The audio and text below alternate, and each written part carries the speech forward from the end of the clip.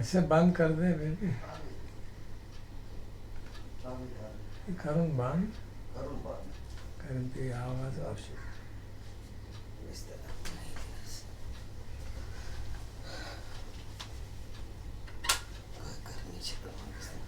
आज क्या छू पंडित को छठा चैप्टर सुना दिया।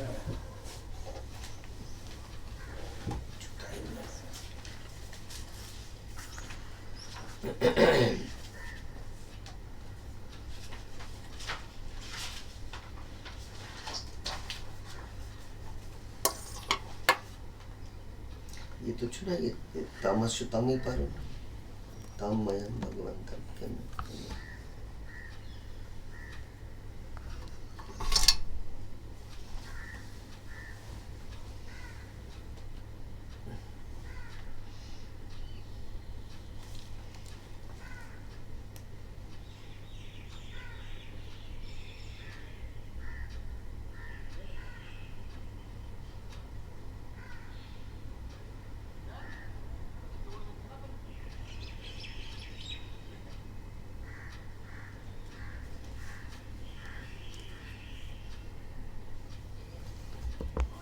Connected to 1+3G.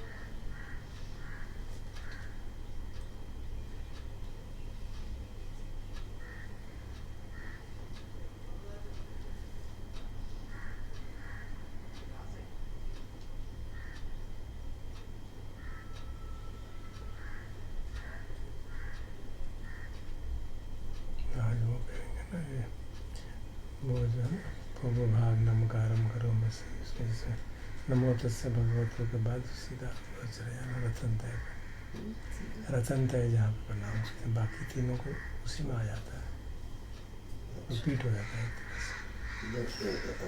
नमो तस् के बाद रतन तय बता देना टेंशन।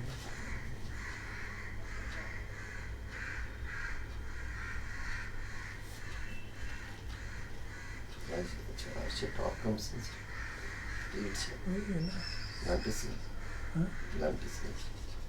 ये 20 की top 50 guided meditation.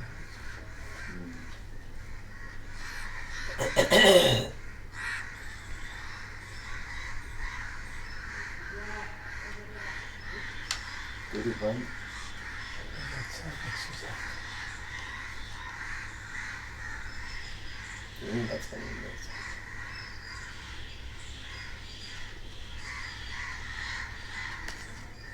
Morning chanting page 2 Hindi book.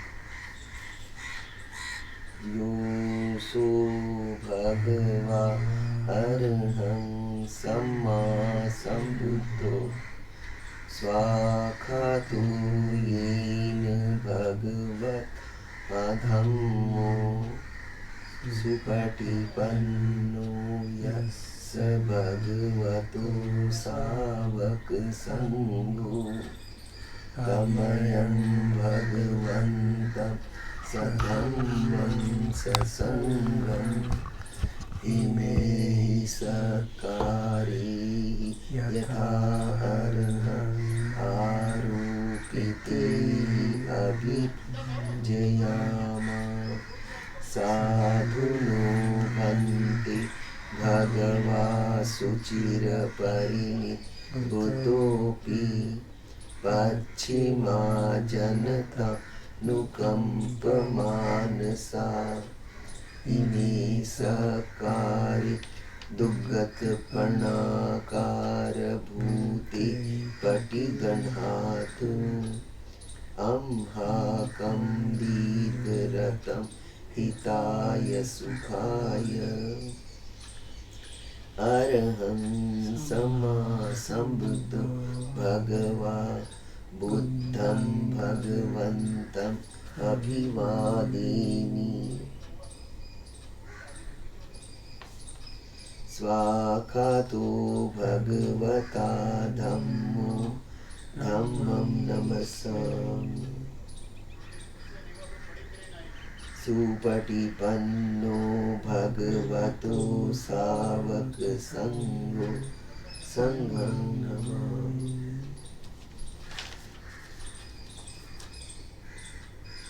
हन्दमयं बुद्धस्य भगवतो पुब्बभाग नमकारं करोमसि। नमो तस्स भगवतो अरहतो सम्मा सम्बुद्धस्स। नमो तस्स भगवतो अरहतो सम्मा सम्बुद्धस्स। नमो तस्स भगवतो अरहतो सम्मा सम्बुद्धस्स। अब हम त्रिरत्न वंदना पढ़ेंगे। Page 7 Hindi chanting book.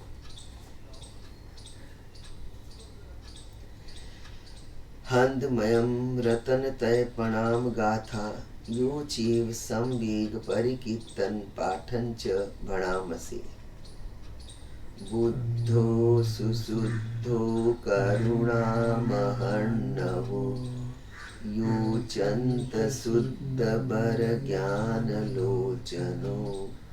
वन्दामि बुद्धम् अहम् आदरेण तम्।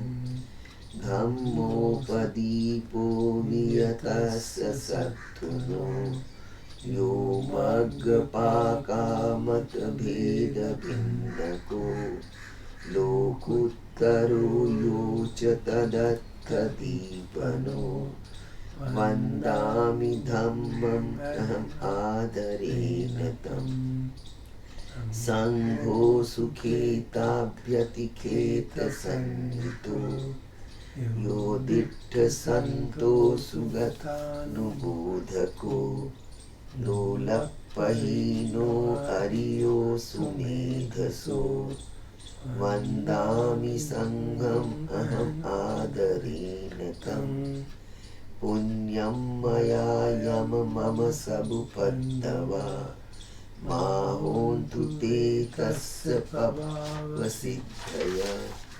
इद तथागतो लोके उपन्नो अरहं सम्मा सम्बुद्धो। धम्मो च देशिको नियानिको उपशमिको परिनिब्बानिको।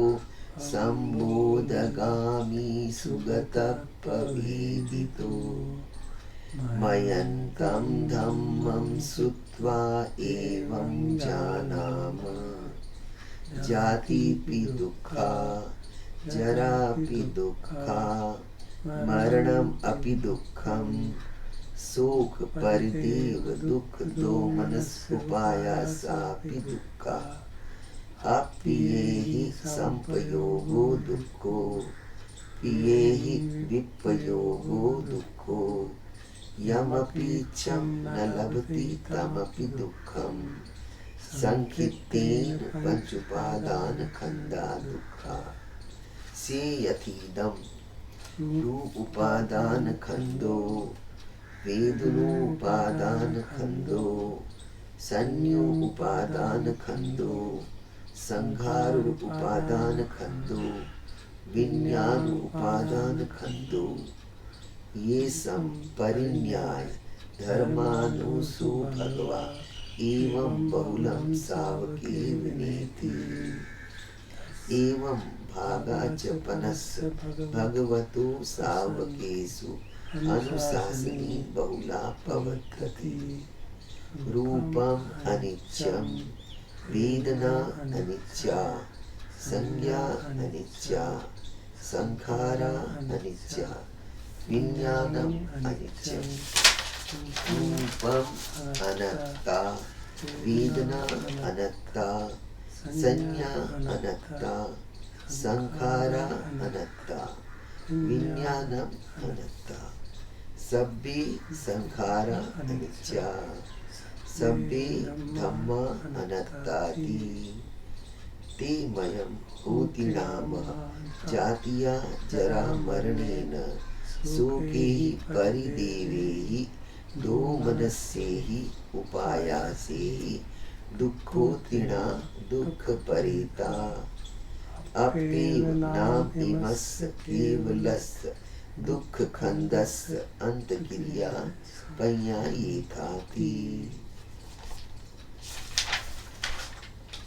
चिर परिनिब्बुतम अपि तम भगवंतम शरणं गता धम्मंच संघंच तस् भगवतो शासनम यथा सति यथा बलम मनसि करोम अनुपटिपजाम सासानो पटिपत्ति इमस केवलस दुख कंदस अंत क्रियाय संपततु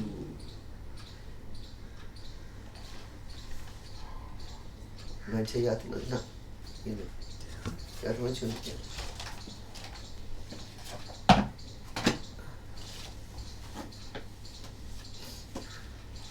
अब हम पंडित वाक्य सुनते हैं।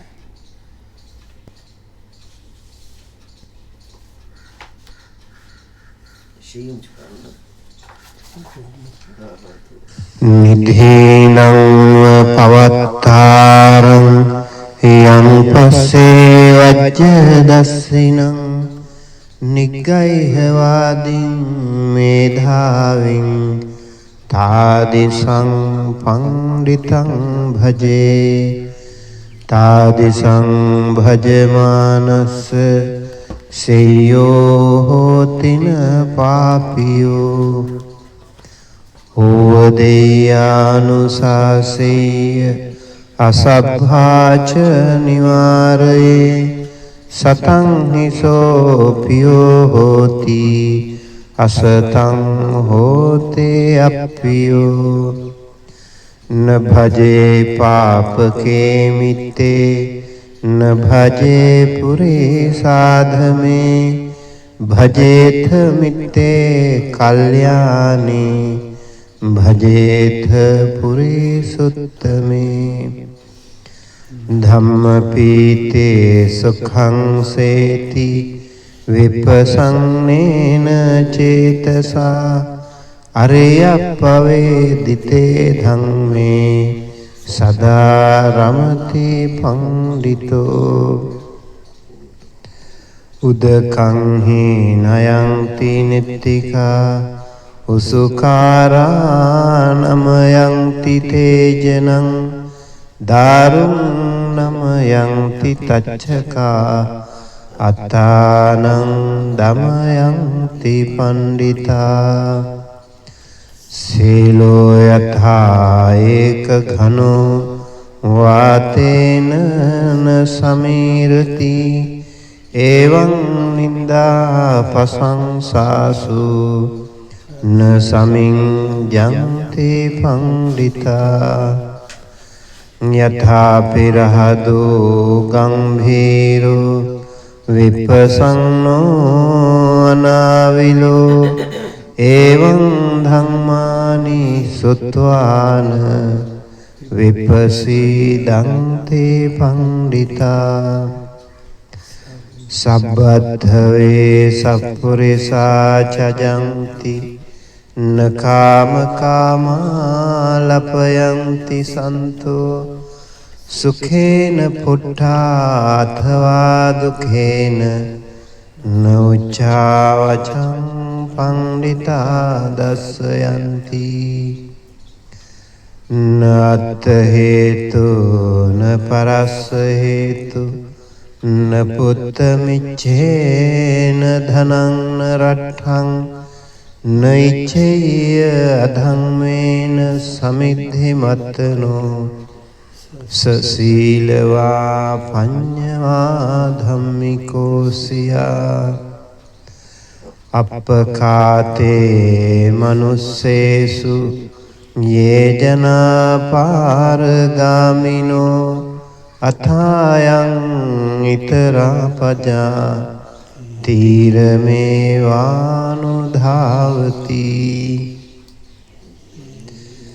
ये च घो सम्मदखाते धम्मे धम्मानुवर्तिनो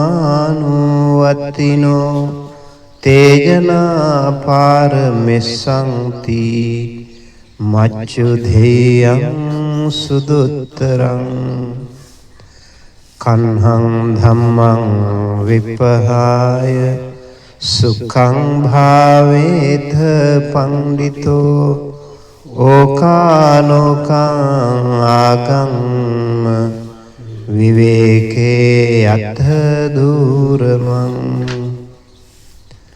तत्राभिरतिमिच्छेय हित्वा कामे अकिंचनो पर्योदपेय अत्थानं चित्तक्लेशेहि पंडितो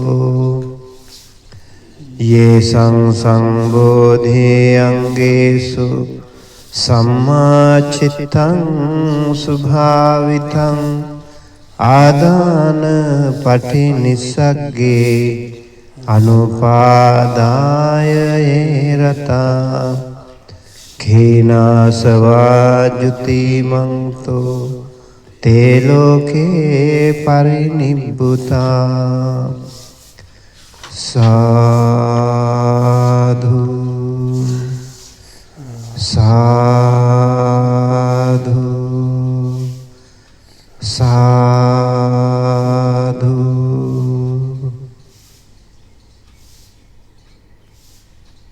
इसका हिंदी अनुवाद सुनते हैं।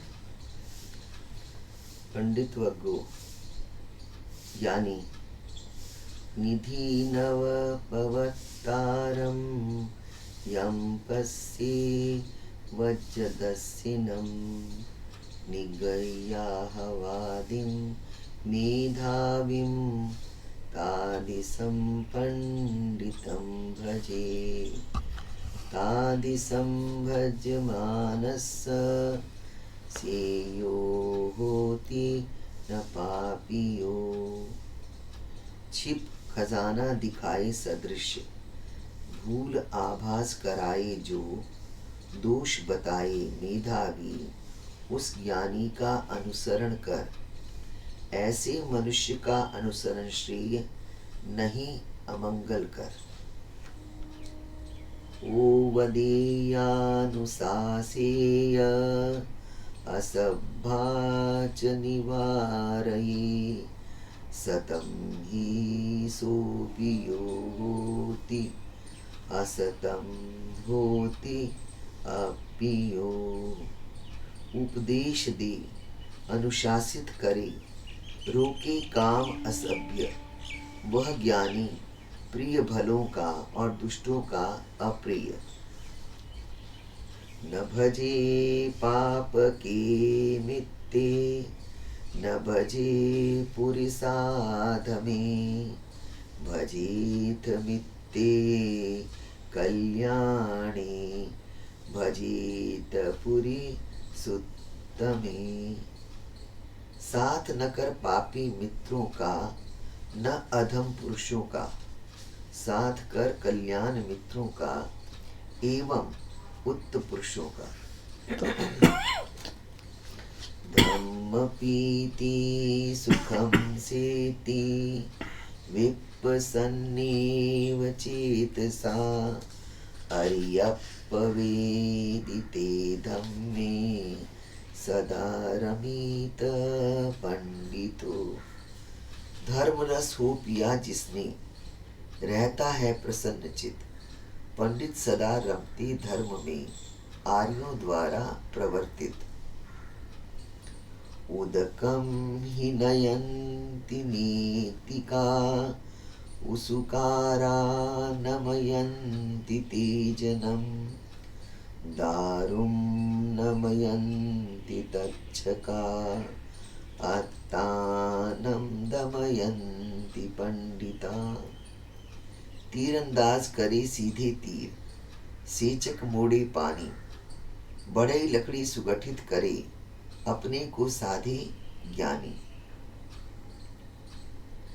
सेलो यथा एक घनो वातेन न समीरति एवं निन्दापशंसासु न समीझन्ति पंडिता।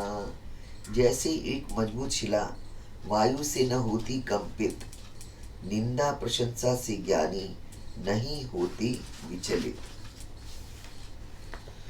यथापिरदो गंभीरो विपसन्नो अनाविलो एवं धम्मानि सुत्वान विपसीदन्ति पंडिता। जैसे एक गहरी झील सदा रहे स्वच्छ और शांत, धर्म श्रवण कर ज्ञानी भी हो जाए प्रशांत। सबत वे सपुरिसा चजन्ति न काम कामा लपयन्ति संतो सुखेन फुट्टा अथवा दुखेन न उच्चा वचम पंडिता दशयन्ति। संत न करते कामनाओं की चर्चा, सतपुरुष करते सर्वस्व त्याग।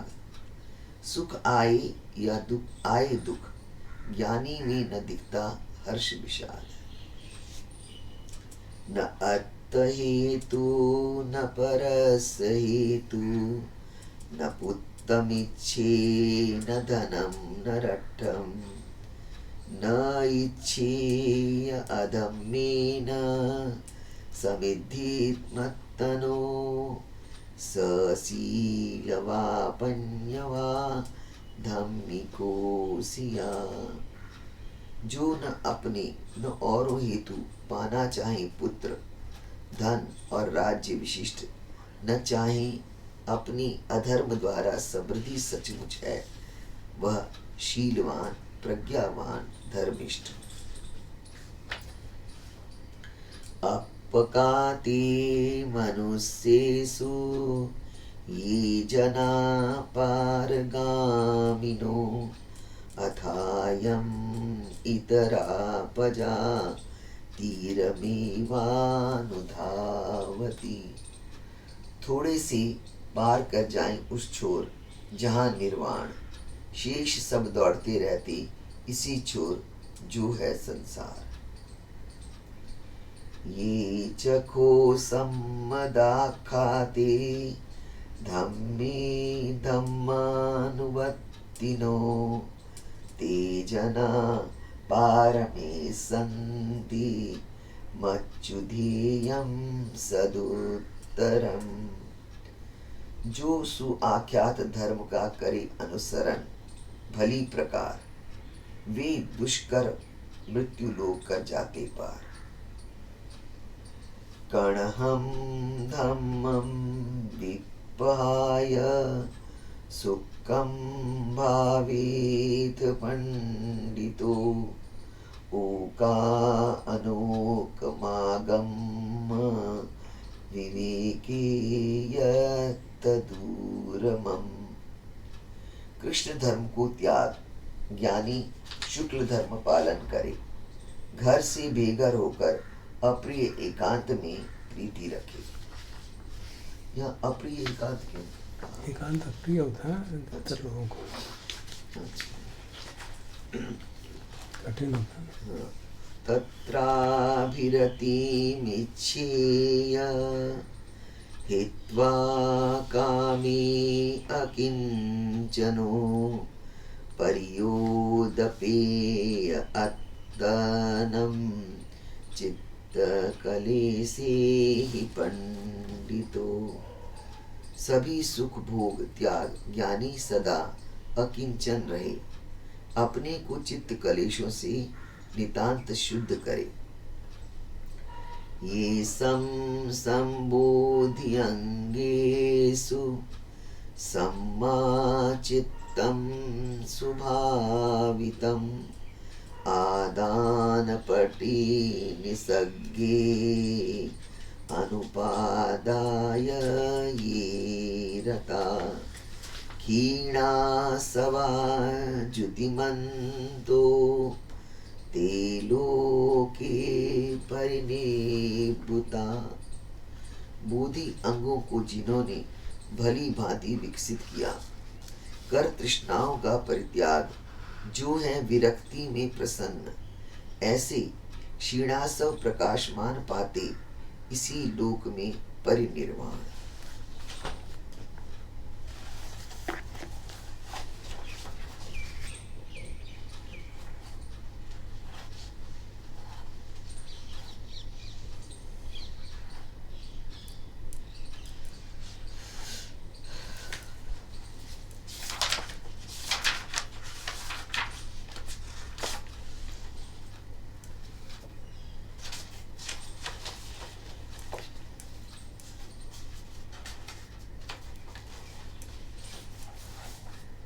We'll now meditate and listen to reflection by Lumpur.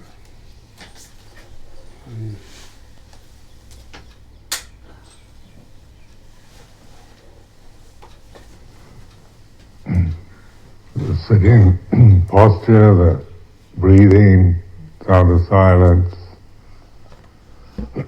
being the Putto, knowing Dhamma, the truth of the way it is. Or being the owner of the body, identifying with your breathing, and being a person, seeing yourself as a person that's got to do something.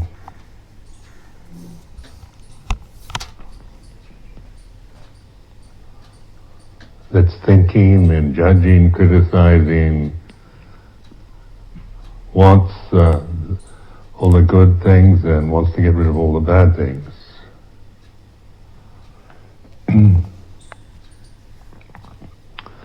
So this is just a reflection of, it's just a shift, isn't it? From this personality, this sense of me as a person, and all the kind of qualities of personality, complications of being a personality, to this immanent trust in awareness. Just a shift, subtle,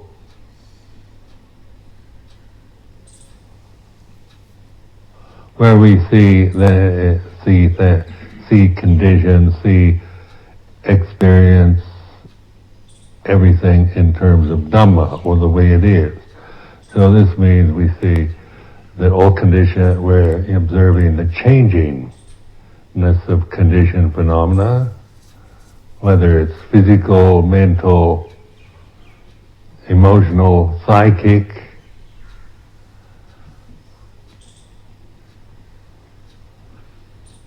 through sight, smell, taste, touch.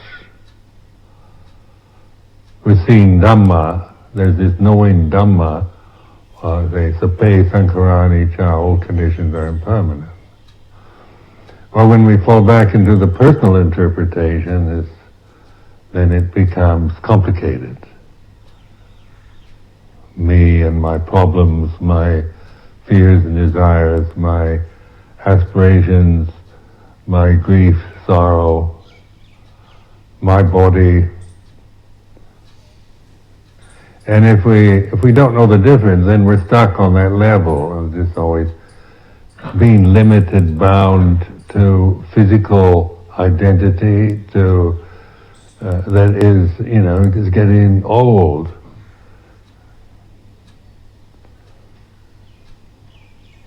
And will die. So then there's this fear of death. What will happen when I die? We feel I'm going to die. My body, we feel that when the body dies, I die. I die with my body. So in this Puto, Dhammo, Sangho relationship. These are conventions, admittedly, they're words, but they're not to be grasped as beliefs in anything, but reminders. So religion, any religion, is really a convention for reminding, remembering, where rather than, when we create it into something sacred, the conventional into the sacred, then, we make it ultimate and an end in itself. We're binding ourselves still to conventional, to conditions, rather than pointing beyond the conditioned realm. So, this Theravada Buddhism, these teachings are pointing, not pointing to themselves or to Theravada Buddhism, but merely like directional signs. Which way is San Francisco? And then you follow the sign, you get there. If you just attach to the sign pointing to San Francisco, you'll never get there.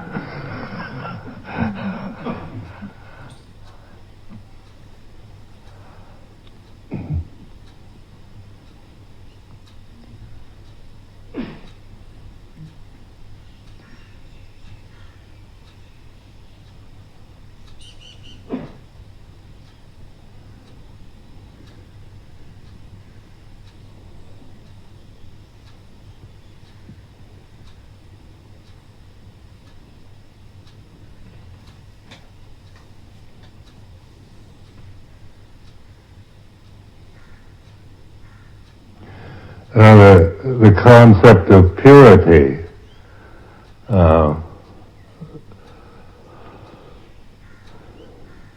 we think, on the personal level, do you see, do any of you really conceive yourself as a person?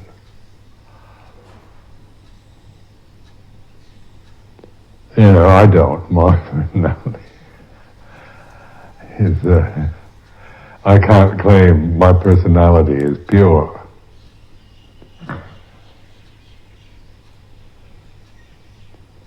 So then the sense of purity are from the Sakyaditi level. Reflect on it.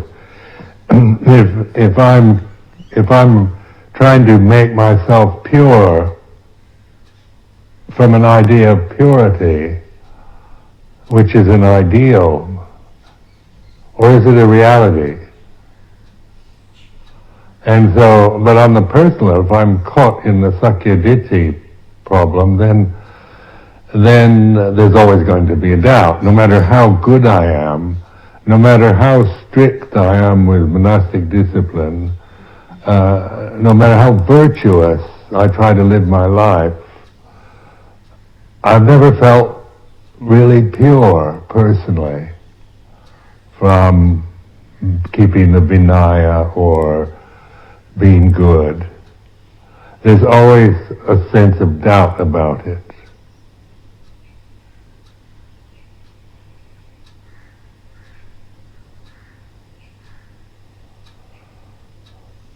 So, the sense of what is purity? Is it just annihilation, just wipe everything out? Is it like those kind of agents you use to clean the toilet that kills every German site?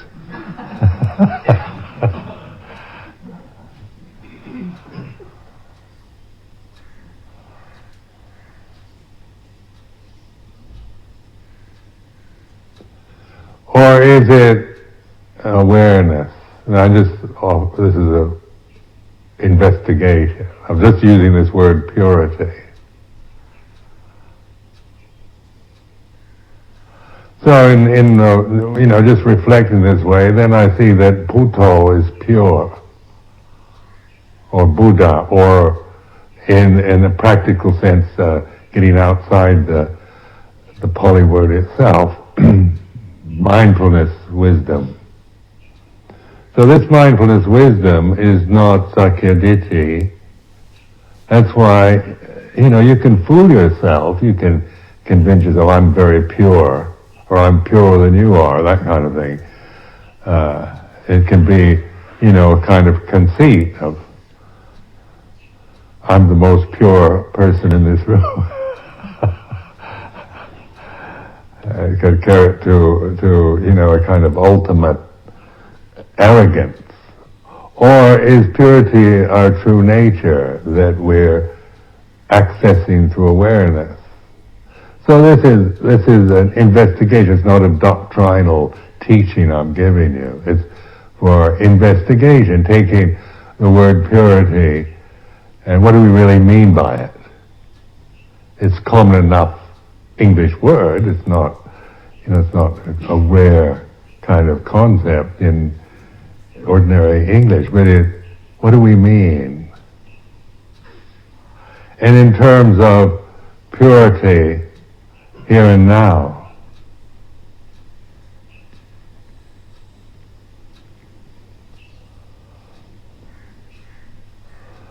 so then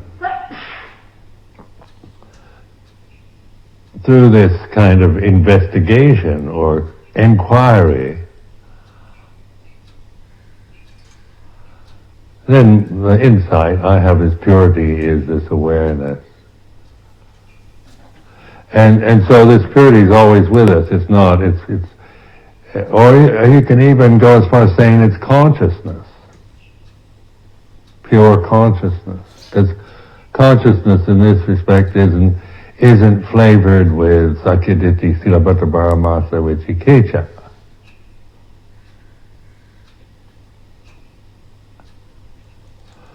So then when you talk about, the enlightenment is going home, returning, the story of the spiritual wanderer that searches through the world for his, a true home and ends up back where he or she started.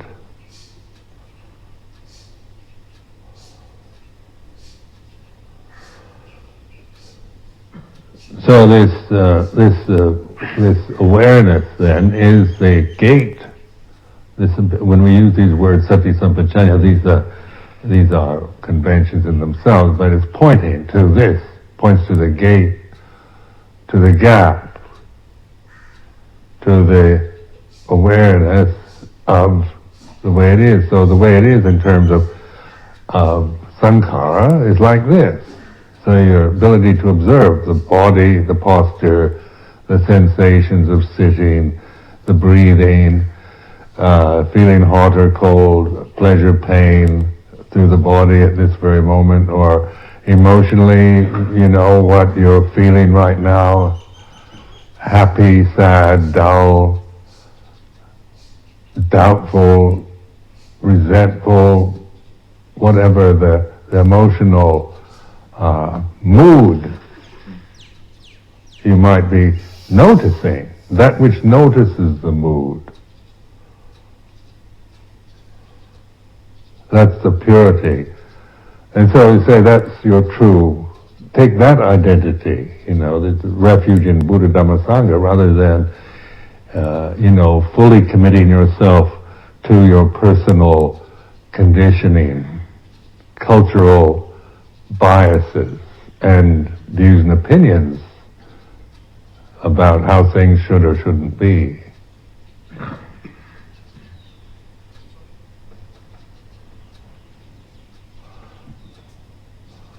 Now, Sakyaditi is the first fetter of 10 fetters, and then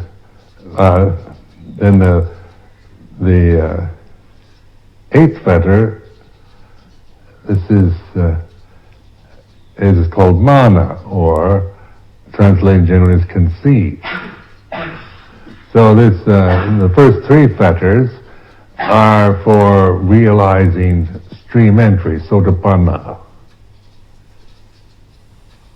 So this means that these artificial things, these created, culturally programmed, like language, cultural attitudes, conventional cultural conventions, the ego,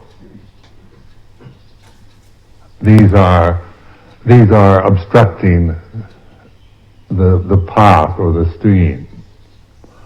That's why it's, I feel it very important to emphasize, get to know these fetters. It's not about getting rid of them, but they're not really the problem. The fetters are not the problem. It's attachment, ignorance and attachment, identity, commitment, unquestioned commitment to conditioned phenomena that is the obstruction, the obstacle.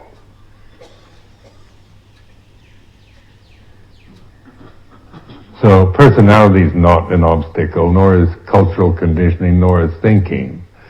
But attachment to these out of ignorance is the obstruction. Now the very last fetter that falls away is avijja, or ignorance. So the last three fetters fall away, and then this is what they refer to as arahant.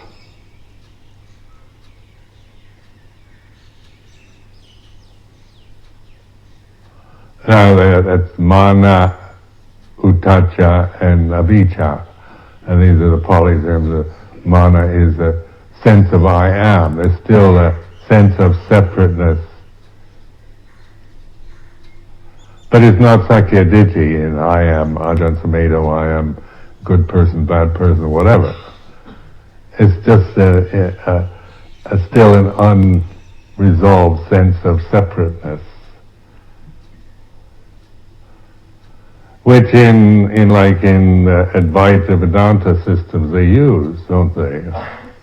I am that kind of thing is Christianity. I am that I am. So this is not sakya ditthi.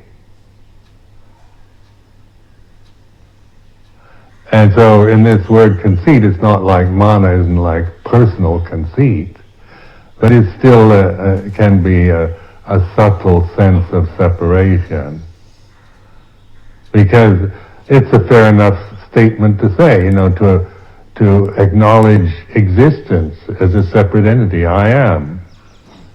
It's not separate yet. It's not, defining myself as a person. It's merely a statement of being. Present, this body, present here and now. That subject, pure subjectivity, I am, and then I am that, or who am I? These kind of questions are ways of inquiring, and then in Advaita they drop away too. They're not ends in themselves. It's a skillful use of these conditions. Because I am is still a word, isn't it? Still whatever language you speak, you have your own way of asserting your presence, so your being present.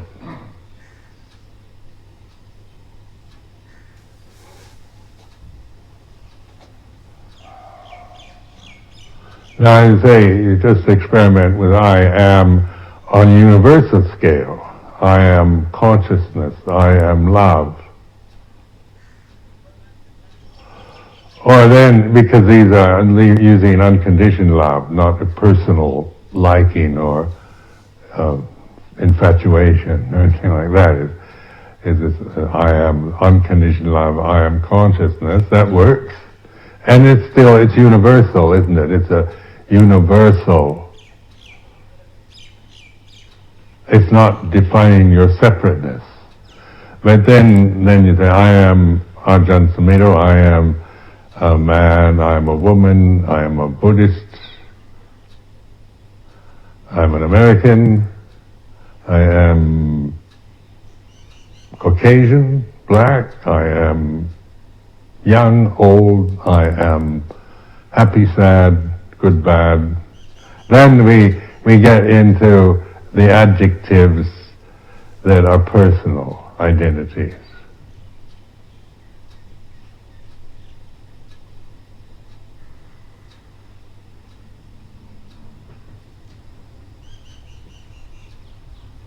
Well, then, in terms of a fetter, this you see, as you investigate, you don't need to do this anymore. It's not I am. The need to think falls away.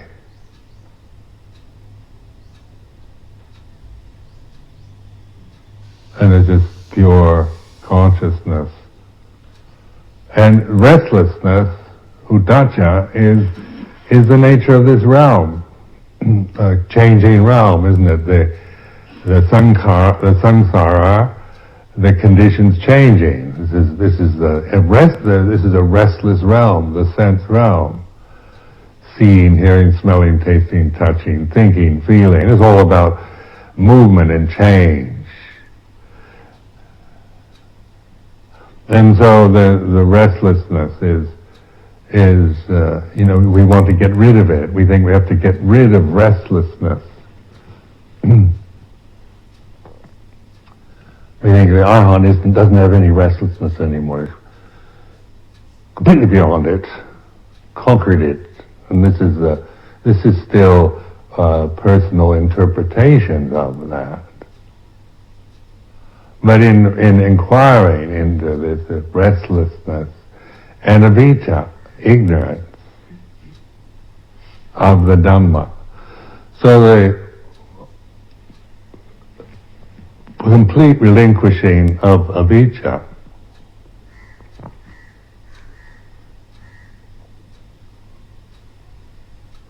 doesn't mean you don't feel restless, but you're no longer, you see it in terms of the way it is rather than as some kind of personal, or seeing it just in being caught into it. Not seeing it in terms of this in Dhamma, but seeing it in terms of maybe a fetter or a problem for you. So then when we talk about stillness, this sense of stillness, the one-pointed, ekagata, or agupa jeda vimutti, unshakable heart.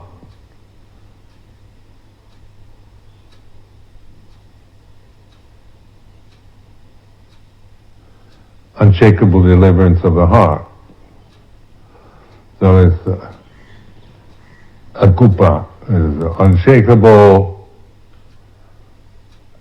jeta vimutti, deliverance of the jitta, consciousness, heart, whatever words you like to use.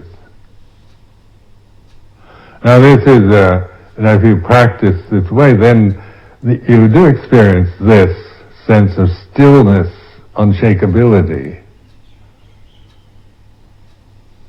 It's reality, and then that puts into perspective the restlessness, the lingering sense of separateness I am, and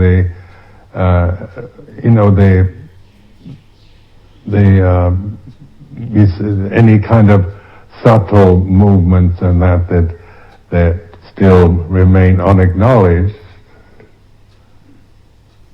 But you're no longer deluded by them because you're centered in this stillness, natural stillness, which is not a static, dead stillness. It's alive. It's not like you disappear into a void, a kind of dead void of nothingness.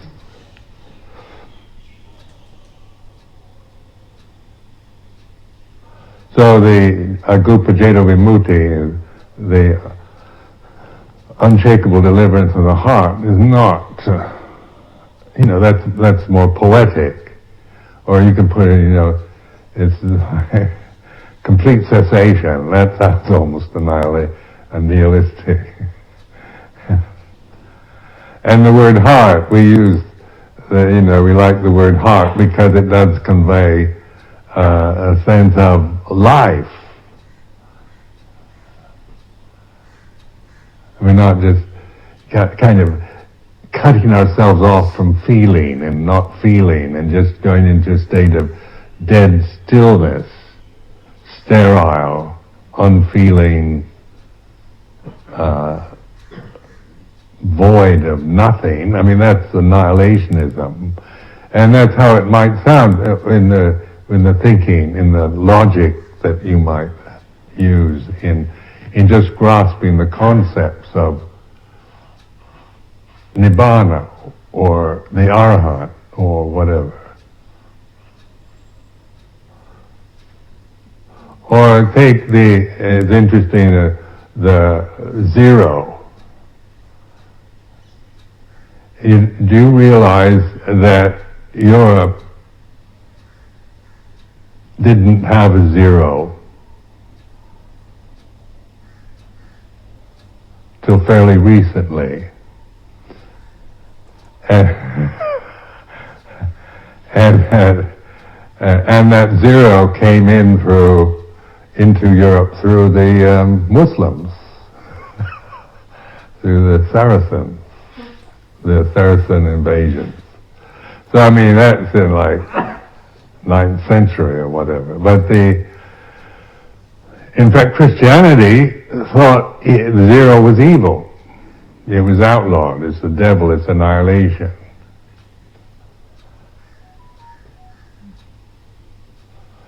Now, according to the history of zero, it was first used by the Sumerians, the civilization Sumeria,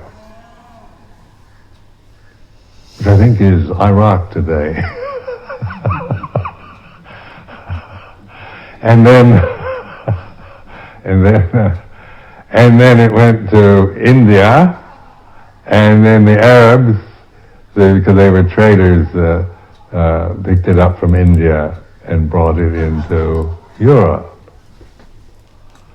Or Alexander the Great, actually,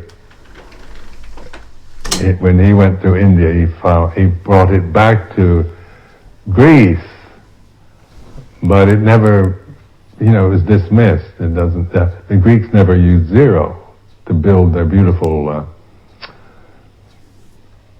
architecture, or the Egyptians.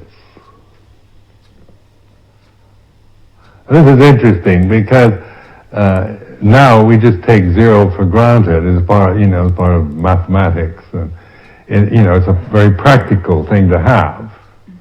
You can add 0 plus 1 equals 1, doesn't it? But 0 times 1 is 0. And this is,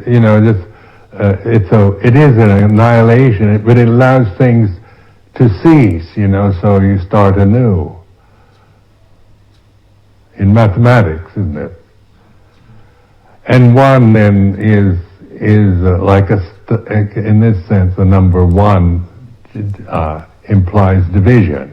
1 digit coming from 0. All numbers from 1 through 9 come out of 0. So 0 and 1, 2, 3, 4, 5, 6, 7, 8, 9, they're not conflicting with each other. You don't annihilate numbers with 0 as some kind of final annihilation of everything. Or in meditation, you're not annihilating the world or the self or cultural conditioning or altruism or idealism or anything. It's not an annihilation. But it gives perspective on all the rest. 0, emptiness. Without that, then we are merely fumbling around with numbers. And good enough, we can, the Greeks certainly created beautiful architecture, and the Egyptians and so forth, and the geometry with forms. But in the development of wisdom, then, this is where the Buddhist is very clear. The Lord Buddha is very clear. There is the unborn, uncreated, unformed, unconditioned. And because there is the unborn, uncreated, unformed, unconditioned, there is escape from the born, the created, the formed, the conditioned. So in every given moment when you're mindful, you cease. The sense of yourself it's like, you're not annihilating yourself. It's not cessation, it's some kind of permanent, absolute, total annihilation of a personality. But you're no longer, you see the suffering you create by just binding yourself to personal habits and identities and conditioned phenomena. That's the dukkha of the First Noble Truth.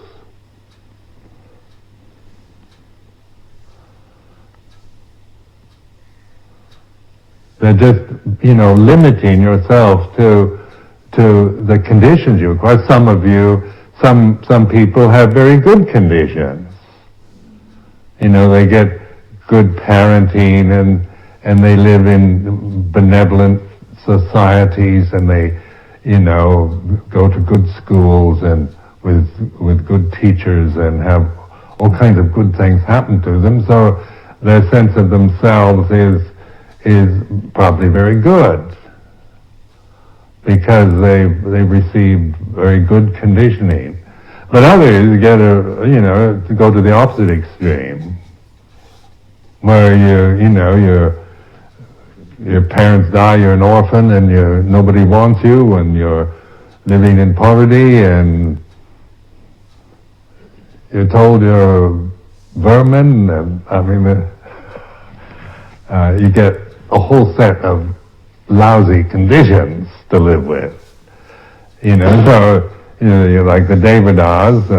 You get born into well-off family, morally respectable, good behavior, kind, gentle, loving parents, and having all the advantages is certainly, good conditioning, but not everybody gets that. But then, so this is where the awakening of the Buddha, the Buddha's awakening is not saying you have to have really good parenting and loving conditions and wealth and privilege to become enlightened. It means that even the most wretched conditions, if you're willing to be mindful of them, they're not obstructions. So the sense, you can bind yourself to the fact that nobody's ever been very good to me. I've had to struggle and fight my way, and I've been looked down on, despised, mistreated. My mother hated me. My father used to abuse me, and my life is a total wreck because all the conditioning was rotten to the core. And so I'm a helpless victim of my conditioning. Or awakening that individual to this sakyaditi silapata paramasa vicikecha, a way of looking and observing. It's not judging or criticizing. So sakyaditi can be, one can have very positive sense of positive feeling and respect for yourself as a person because of the conditioning, good parenting, good opportunities. Or you might have not had such good conditioning, and so your sense of yourself is aversion, feeling victimized, feeling inferior. But none of this is obstructive unless you fully commit yourself to grasping the conditioning.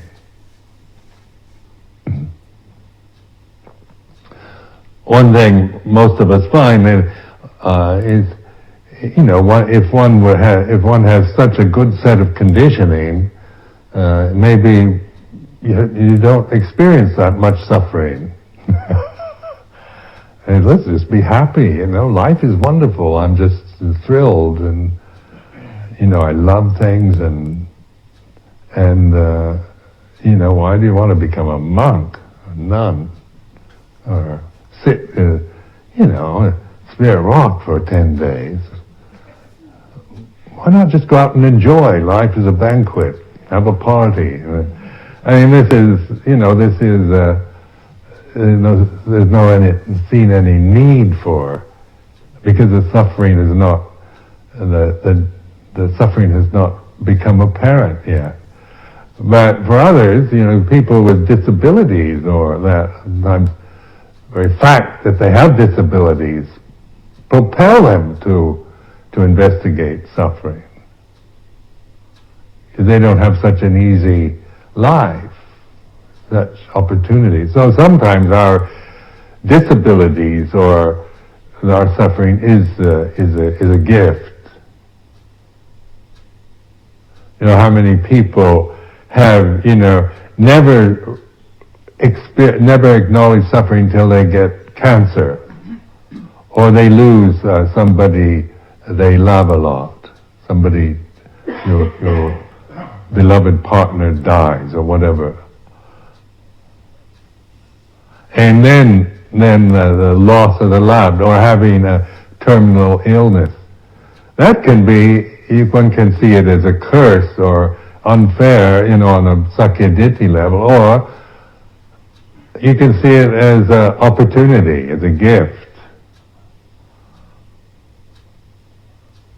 because it wakes you up. Suddenly you can't just ride along and everything's fine, I'm happy, because you're faced with maybe terminal illness or a grief, where you lost somebody that you depended on, your life was centered around, that you were very committed to, attached to, and then they die.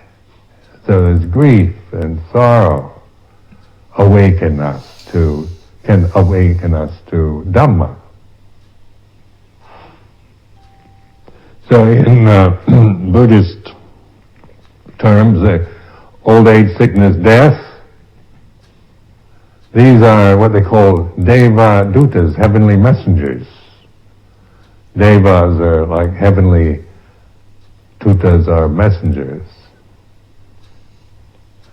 So years ago, I remember when I first became a monk, a Thai monk asked me, in Christianity, do you have angels? And I said, oh yes.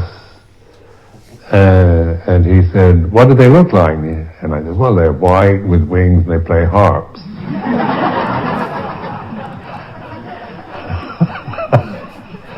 They're very beautiful. And he smiled and he said, Buddhism has angels, And I said, oh, what do they look like? And he said, old age, sickness, death. and monastics, monks, nuns. Now that is 4 Devadutas. And so this, do you look at old people as an angel, When you look at old people, what do you do you see them as just, look at that old geezer, Or do you see it as a Devaduta? This is going to happen to me. It's a warning, isn't it? It's a messenger. Look at old people in society here as messengers. We're all warning you of the impermanence of conditioned phenomena. Old age, sickness is another Devaduta, where we think, how can we get rid of all sickness? We don't like sickness. And, if we could just annihilate illness, sickness, disease, it'd be wonderful. Never have any sicknesses anymore. But that's part of the human karmic condition, isn't it? Sickness. We get old, we get sick, and then death. Death is some kind of terrifying curse, skeleton, dark, grim, eerie, spooky death. Horror shows are all about, you have skulls and nasty things that convey evil and death and misery. Frightening images, isn't it, that are terrifying. Or seeing it as a messenger. And then the samana, like the Buddha, before he was the Buddha, Prince Siddhartha, this legendary story of leaving the palace. It's like the palace is where everything is beautiful and wonderful, like the legendary story of a prince born in a privileged situation, had the best of everything. And his father forbade any old people into the palace, or sick people, or corpses, or samanas, holy men, sadhus, or anything like that. They weren't allowed in. You want to surround your son with all that is beautiful, exciting, vigorous, lively, and he didn't want any of the others because he wanted his son to become a world emperor. He didn't want him to become a Buddha or a sadhu. So then the prince, sees through all the kind of pleasurable, privileged life of the palace and goes outside and sees sick man, corpse, old person, and sadhu sitting under a tree meditating. So, I like to see my form here, the Buddhist monk, as a Devaduta. And it has a powerful impression, or visual impression, as a kind of archetype. Because it is, the shaven head and the ochre robe, and that is not about fashion or anything. It's about, it's conveying a message of seeking truth or spiritual development.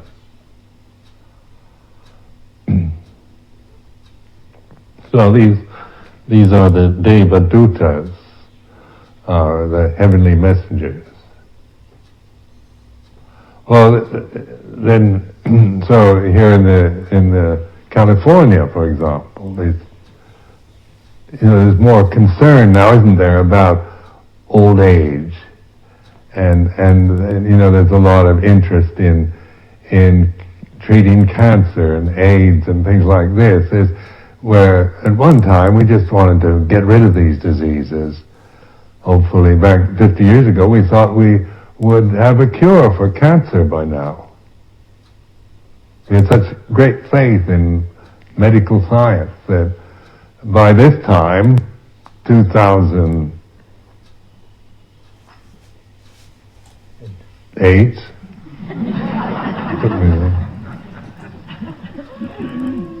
there wouldn't be any more cancer. And because, we found cures for tuberculosis and all kinds of other diseases. So there's this, annihilating disease, or is disease a Devaduta? And so that's, you can reflect on it, how you want to regard it. A curse, a punishment for your wrongs, or whatever, you can regard it any way you like. But the one I found skillful and useful is the Devaduta. Physical pain, disease, sickness, old age, death. And then to have in society, this sense of spiritual path, people living, practicing, committed to spiritual path, whose whole aim is towards liberation. This is like a Devaduta.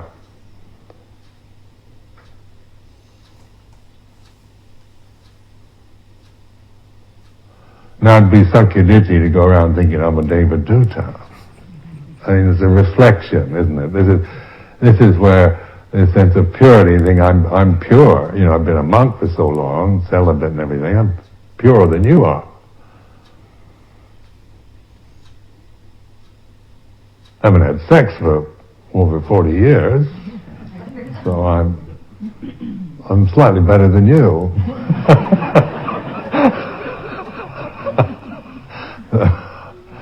Or we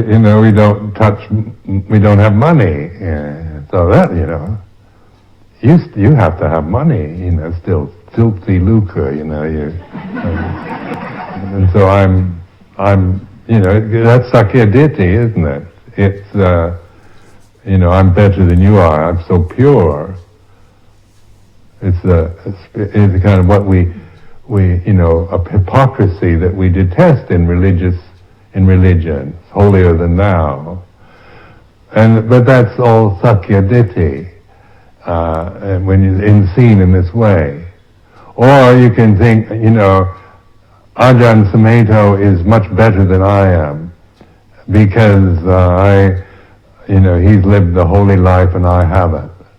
That's sakyaditi. You see yourself as inferior or lesser than I am, or I see myself as superior to you. It's all the same thing, really, and put in this category of sakyaditi. So your refuge is in the awareness of sakyaditi, not judging it, not grasping it or annihilating it, but recognizing. Because we all have these various, just notice how the sense of yourself, your ego, operates according to, when you're eating food or sharing a room with somebody, or, we feeling self-conscious or admiring somebody and feeling threatened or inferior to them, or feeling better than somebody else, that you're much more clever, gifted than somebody else is. It's not to say you shouldn't think these kind of thoughts or feel these conditions, but your relationship to them now is knowing, that is a condition. So your refuge is in Puto Dhammo, awareness, the purity of awareness, not as a condemnation of impurity, but recognizing the nature of conditioned phenomena. Its very nature is dukkha, or change. And that's the way it's supposed to be. It's not, conditioned realm isn't supposed to be static, where you have just goodness that never changes, or happiness that never dies. But where these are ideals, but that's not the way things are. To know Dhamma is to see the conditioned, and that means, the subtle, refined to the coarse, as anicca, dukkha, anatta. And then your refuge is in the unconditioned, unborn. And that is recognized through awakened, conscious awareness.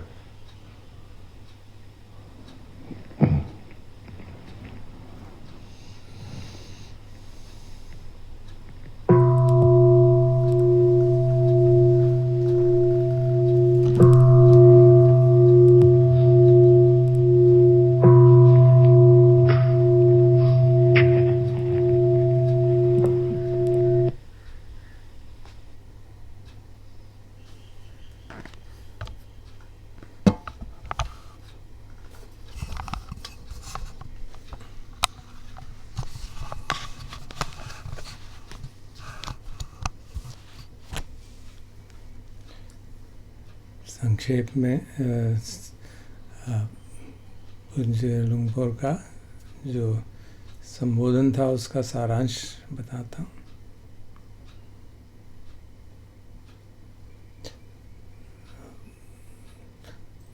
पूरे संबोधन का आशय वही था कि हम किस तरह सक्काय दिट्ठी से बचें।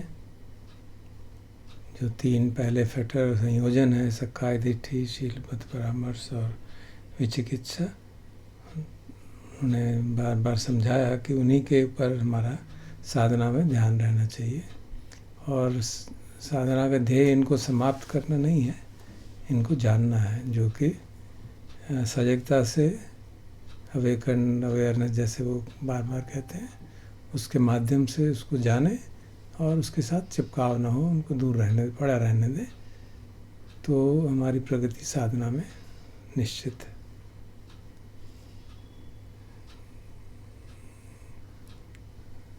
जीरो शब्द का इस्तेमाल का उदाहरण देते हुए उन्होंने बताया कि कई सभ्यताओं में जीरो शब्द को डेविल का रूप माना जाता था, तो वो जीरो शब्द जीरो नंबर इस्तेमाल ही नहीं होता था। रोमन सभ्यता, ग्रीक सभ्यता, इजिप्शियन, वहाँ पे जीरो शब्द इस्तेमाल नहीं हुआ हज़ारों वर्षों तक, जबकि दूसरी सभ्यताओं में जीरो शब्द का इस्तेमाल इस सेंस में हुआ है। हम ये देखें कि भगवान जो हमको साधना में शून्यता का कितना महत्व है, उससे ही हमें मालूम पड़ता है कि शून्य का कितना महत्व रहा होगा समझ में। और एक जो था, एक अंश, एक लेटर, वो अहम का प्रतीक है कि मैं हूँ, इंडिपेंडेंट डिफरेंशिएटेड एंटिटी है। तो उसका उदाहरण लेते हुए उन्होंने समझाया कि सभ्यताओं में भी जो बातें रही हैं वो उनके समझ के हिसाब से ही चली हैं। भारतीय और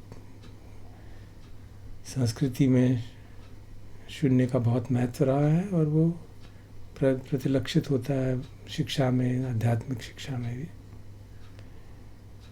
जबकि जो 1, 2, 3, 4, 7, 8 नंबर्स हैं, वो सब एक तरह की कंडीशनिंग को दिखाते हैं। किस तरह की कंडीशनिंग, किसी की कैसी कंडीशनिंग हो सकती है, जो कि परिस्थितिजनक स्थितियाँ हैं जिसके कारण कि किसी की अच्छी कंडीशनिंग होगी तो उसकी पर्सनैलिटी अच्छी हो सकती है, किसी कंडीशनिंग अच्छी नहीं है, बचपन में बहुत अभाव था या माता पिता से उतना प्रेम नहीं मिला या जो भी परिस्थिति रही हो, तो उसकी कंडीशनिंग अच्छी नहीं है तो उसकी पर्सनैलिटी अच्छी नहीं होगी।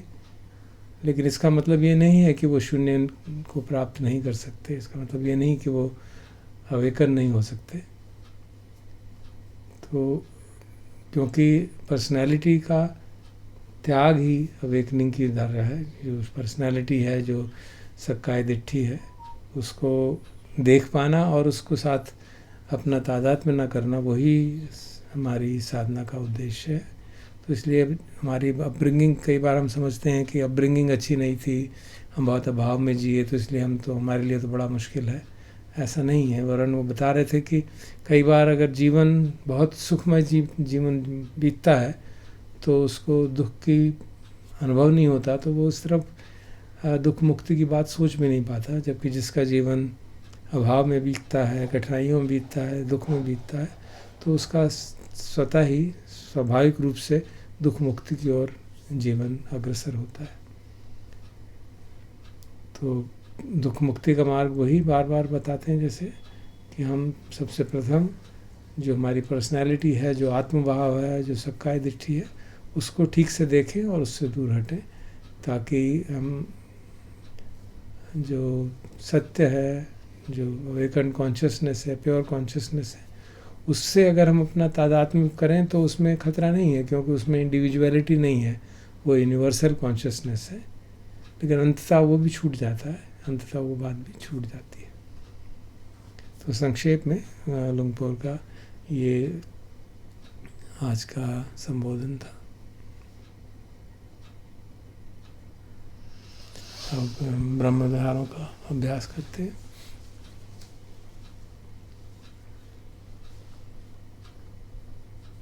तो प्रथम मैत्री ब्रह्म विहार,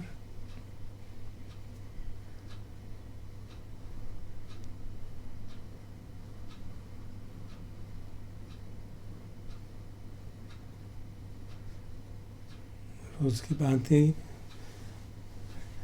अपने प्रति, अपने प्रियजनों के प्रति, आरक्षक देवताओं के प्रति और फिर सभी प्राणियों के प्रति।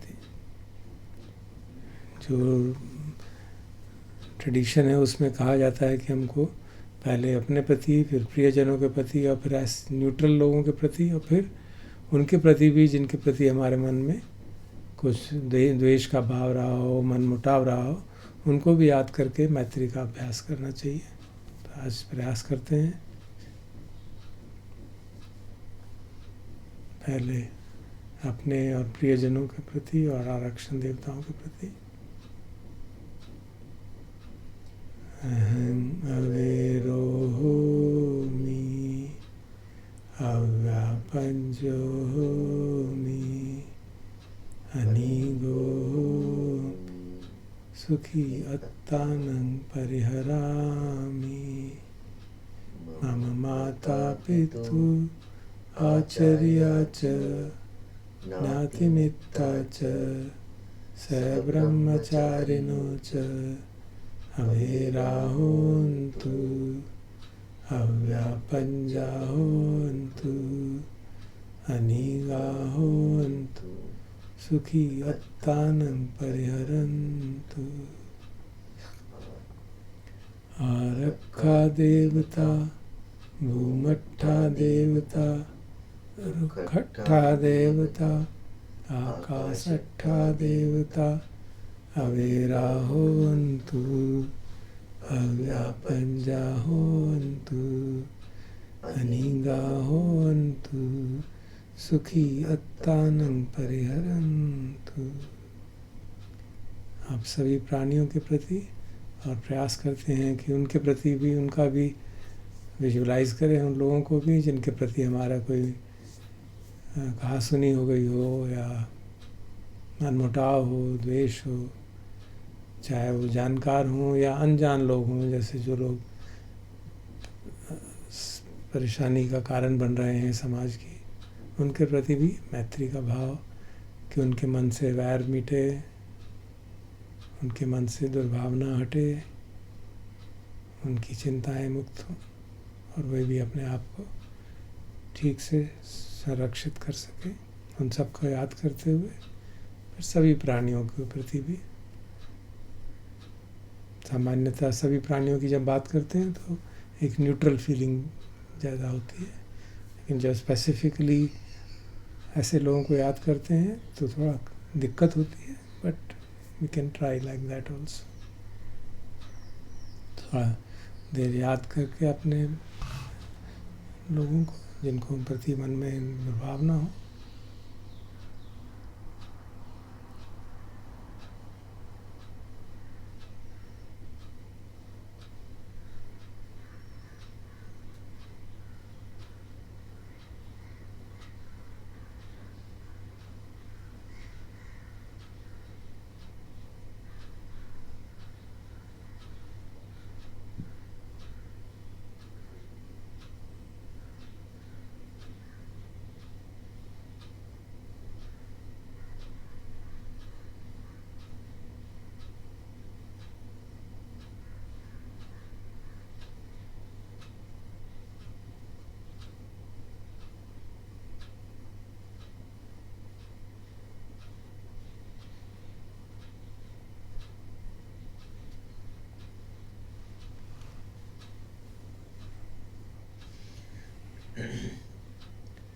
सर्वे सत्ता सर्वे पाना सर्वे भूता सर्वे पुंगला सर्वे अत्ता भाव पर्यापन्ना सब्बा इत्यो सब्बे पुरुषा सब्बे हरिया सब्बे अनरिया सब्बे देवा सब्बे मनुष्या सब्बे विनिपातिका अविराहोन्तु पज्जाहोन्तु अनिगाहोन्तु सुखीयत्तानं परिहरन्तु। अब करुणा ब्रह्म विहार उन सभी को याद करके जो अत्यंत कष्ट में हैं किसी भी कारण से, खास तौर पे वो जो लाखों लोग बीमारी के कारण से और अन्य लाखों परिवार जो प्रियजनों के विछोह के कारण से दुखी हैं, सबको याद करके मंगल कामना करते हैं कि उनका दुख दूर हो, रोग दूर हो, स्वस्थ हो।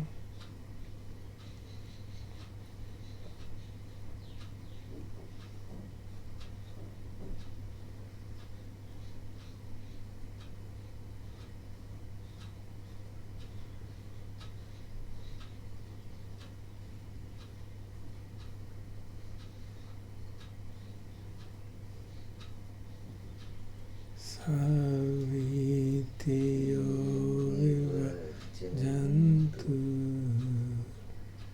शोको रोगो विनश्यतु आते भवतु अन्तरायो सुखी दीर्घायुको भव सुखी दीर्घायुको भव सुखी दीर्घायुको भव।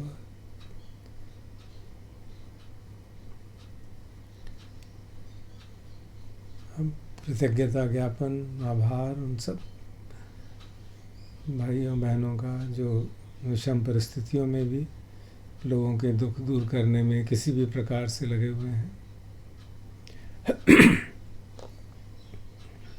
अस्पतालों में, सड़कों पर, दुकानों में, आवश्यक सेवाओं में, उन सब के प्रति हृदय से आभार, कृतज्ञता।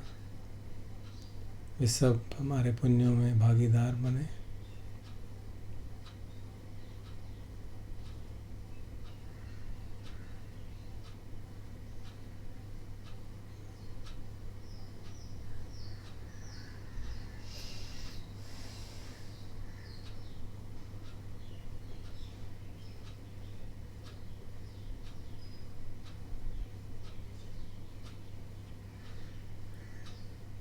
पुण्यस्य इदानि याना अन्यानि कतानि मे ते संच भागिनो हन्तु सत्तानन्तपमानका।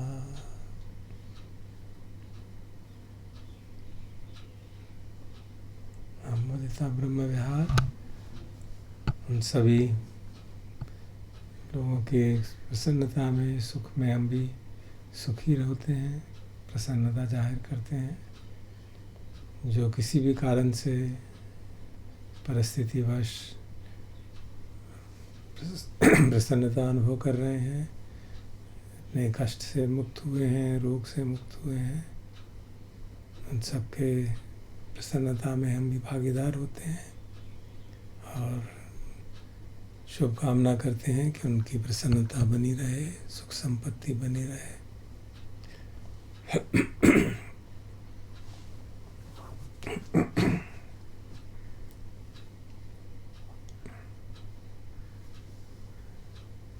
यथा लब्धा संपत्तितो मा विगच्छन्तु।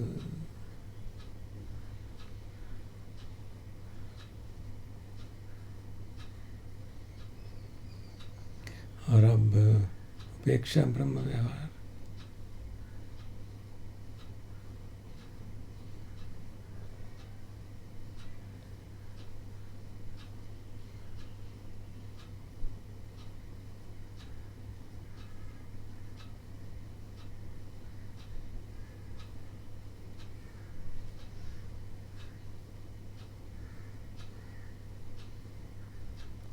सभी प्राणी अपने कर्मों का फल प्राप्त करते ही हैं।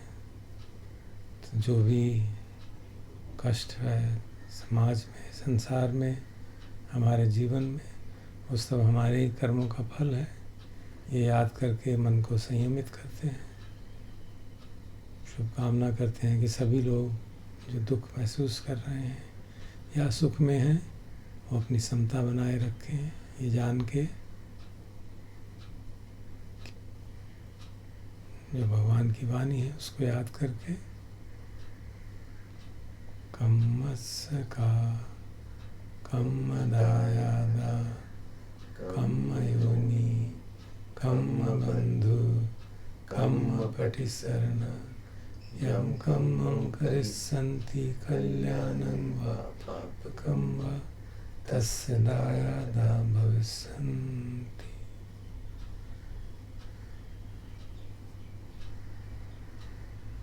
जो भी परिस्थितियाँ महसूस हो रही हैं, जैसा आज रुंगपुर ने याद दिलाया, बुढ़ापा, बीमारी, मृत्यु, इन सबको हम देवदूत के रूप में भी देख सकते हैं, ताकि हमारी धर्म की जो संवेदना है वो बढ़े, समता में रहें और अपना समय धर्म में पुष्ट होने में लगाएं जितना भी संभव हो सके, ताकि चित्त हमारा लोक धर्मों से संपर्क में आके कंपायमान न हो। तो बार बार भगवान की वाणी याद रखें। फुट्टस्य लोक धम्मे चित्तं यस्य न कंपति अशोकं विरजं खेमं एतं मंगलमुत्तमं। मंगल उत्तम, हम सबका मंगल हो। और इसके लिए बहुत आवश्यक कि हमारी दृष्टि सम्यक हो, हम ठीक ठीक देख पाएँ, क्योंकि दृष्टि सम्यक न होने के कारण ही सभी अकुशल कर्म हो जाते हैं, पाप कर्म हो जाते हैं। आए अंत में शुभकामना करें कि सभी लोग की दृष्टि सम्यक हो, ताकि दुख से दूर रहें, सुखी रहें। सर्वे सत्ता सुखी होन्तु, सर्वे होन्तु सुखिनो, सर्वे भद्राणि पश्यन्तु, मा कञ्चित् पापमागमात्, मा कञ्चित् शोकमागमात्, मा कञ्चित् दुःखमागमात्।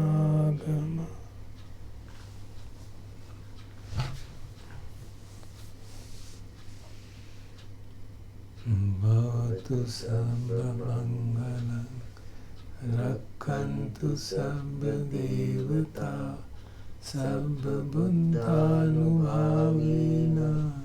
सदा सुखी भवन्तु मे। भवतु सर्वमङ्गलं, रक्षन्तु सर्वदेवता, सर्वधर्मानुभावेन सदा सुखी भवन्तु ते। भवतु सर्वमङ्गलं, रक्षन्तु सर्वदेवता, सर्वसङ्घानुभावेन सदा सुखी भवन्तु ते।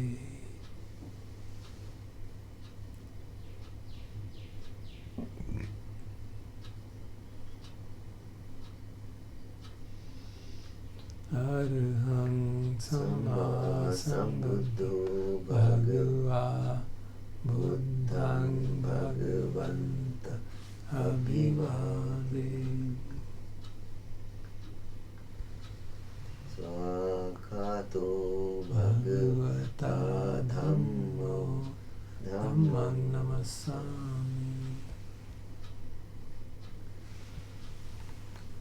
सुपटिपन्नो भगवतो सावक संगो संगं